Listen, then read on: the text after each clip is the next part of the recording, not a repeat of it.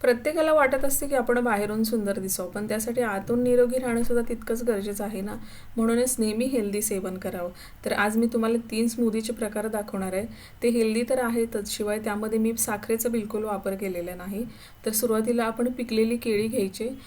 जरा जास्त पिकलेली केळी घेतली ना, केळीमध्ये थोडासा गोडवा असतो, त्यामुळे स्मूदी चवीला चांगली लागते.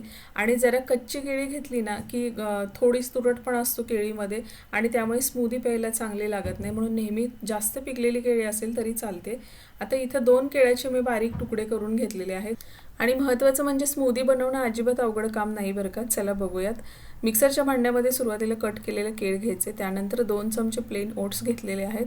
त्याचबरोबर मोठा 1 चमचा आपण चिया सीड्स घेतले आणि 2 चमचे गूळ घातलाय. साखर न वापरल्यामुळे आपण गुळाचा वापर केलाय. तर गूळ तुम्ही न वापरता खजूर वापरली तरी चालेल. 1 कप आपण दूध घेतले. आता हे मिक्सरच्या भांड्यामध्ये चांगलं बारीक करून घेऊया.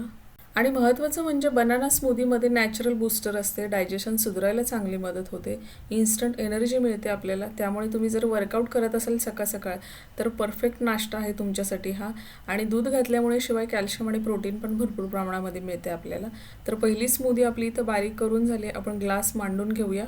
पहिली स्मूदी एका ग्लासामध्ये ओतून घ्यायची. तुम्ही बघू शकता दाटसर अशी झाली आणि बघताच खाऊ वाटते इतकी म्हणजे टेस्टीला झालेली आहे बघा. आता दुसरी स्मूदी तयार करूया. त्यासाठी परत मिक्सरच्या भांड्यामध्ये 2 कट केलेली केळी, 2 ते 3 खजूर बारीक करून घेतलेले आहेत. त्याचबरोबर ड्रायफ्रूट्स 1-2 चमचे घेतलेत. आणि त्याचबरोबर आपण मलई घेणार आहे, दुधावरची साई असते ना ती 1 चमचा टाकायचे आणि 1 ग्लास परत दूध ओतायचे. आता ही दुसरी स्मूदी आपली आपण बारीक करून घेऊया. आणि गोडवा येण्यासाठी मी यामध्ये साखर किंवा गूळ अजिबात वापरलेला नाही, कारण केळ आपलं जास्त पिकलेलं होतं, त्यामुळे पण त्यामध्ये पण गोडवा आहे. दुधात पण थोडाफार गोडवा असतो आणि आपण वरून खजूर टाकले, त्यामुळे ही स्मूदी परफेक्ट गोड होणार. आता ती पण आपण ग्लासमध्ये ओतून घेऊया. आणि तिसऱ्या स्मूदीची पण मी तयारी करून ठेवली, तर ती पण आपण लगेच बारीक करून घेऊया. मिक्सरचं भांडं प्रत्येक वेळेस मी धुवून घेतले बरं का, कारण प्रत्येक फ्लेवर वेगवेगळे आहेत, त्यामुळे मिक्सरचं भांडं साफ करून घेतले. आणि परत मिक्सरच्या भांड्यामध्ये आपण 2 कट केलेली केळी, 2 चमचे ड्रायफ्रूट्स, 2 चमचे कोको पावडर आणि परत 1 कप दूध ओतायचं आहे. 1 चमचा मोठा आपण इथं मध घेतला आहे, तो पण ओतूया. आणि मिक्सरचं भांडं बंद करून आपण ही पण स्मूदी बारीक करून घेऊया.